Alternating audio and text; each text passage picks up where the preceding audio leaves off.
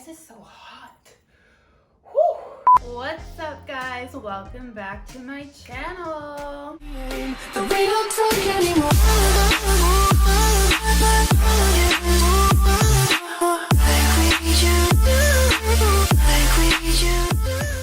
It is a beautiful sunny day in Why do you sound like a news anchor? Beautiful sunny day in downtown Toronto. It is 18 degrees outside and we are living life. I am here with my snake plant. Her name is Lil Yachty. Why I named her Lil Yachty, I don't know. It just came to me.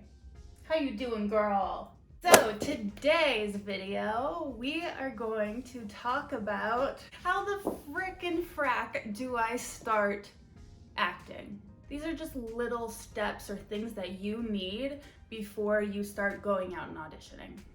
First things first, headshots. They're basically like they're your freaking headshot. If you don't know what a headshot is, basically it's photos of yourself, usually portrait photos, and you're wearing different outfits and showing different sides of your personality or different characters that you could go in and audition for.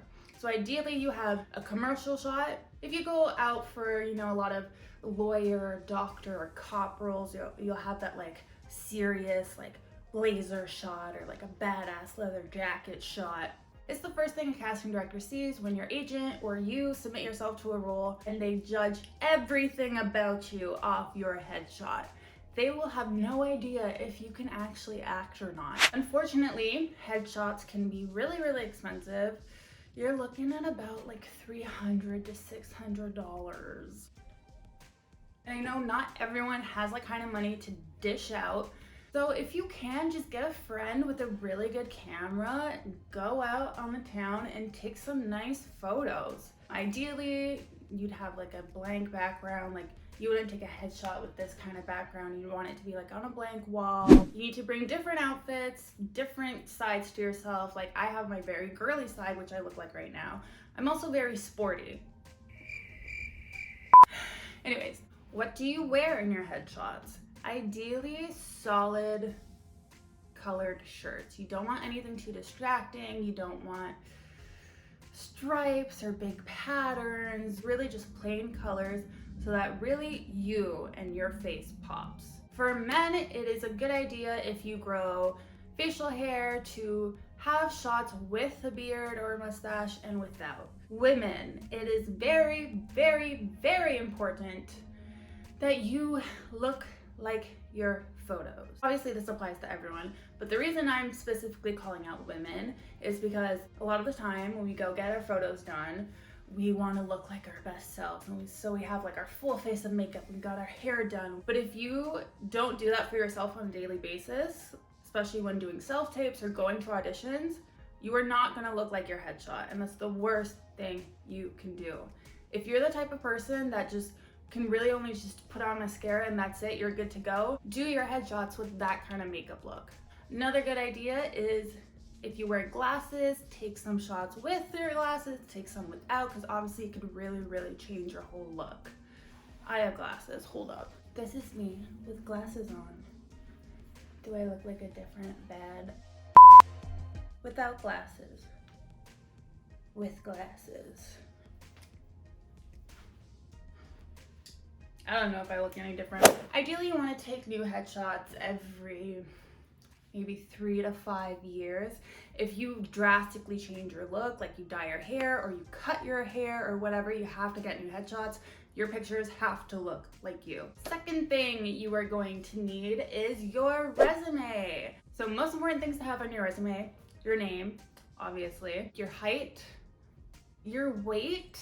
I don't have my weight on my resume. I took that off as a protest of like, why do you need to know my weight to know if you want to book me or not? I don't know why y'all need to know my weight. I'm a good actor. Just watch me act. You're gonna put your hair color and your eye color. And then you are going to write if you are in the union or not. There's a whole other topic of conversation. I will totally do a video on union versus non-union. So then you're gonna have a list of work you've done, whether it's theater shows that you've done or films, short films, student films, TV shows. If you are brand spanking new and you have absolutely no experience, that is okay. You are going to put training. So, for example, under my training, I have my theater program that I did in Montreal, and then the theater program I did in Toronto. And then I have a bunch of other classes like improv classes at Second City, acting for film classes, workshops I've done, just different areas of training that I've done to show I know what I'm doing. Now, if you have absolutely zero training, that is okay. We all gotta start somewhere. But I highly, highly suggest you get yourself into some sort of acting class, getting yourself out there to learn the basics and just start working and growing. Super important part on your resume is special skills. So this is any kind of extra talent that you have that you can bring forth to the table. Under my special skills, I have cheerleading because I did cheerleading my whole life. So I want casting to know I'm an experienced cheerleader.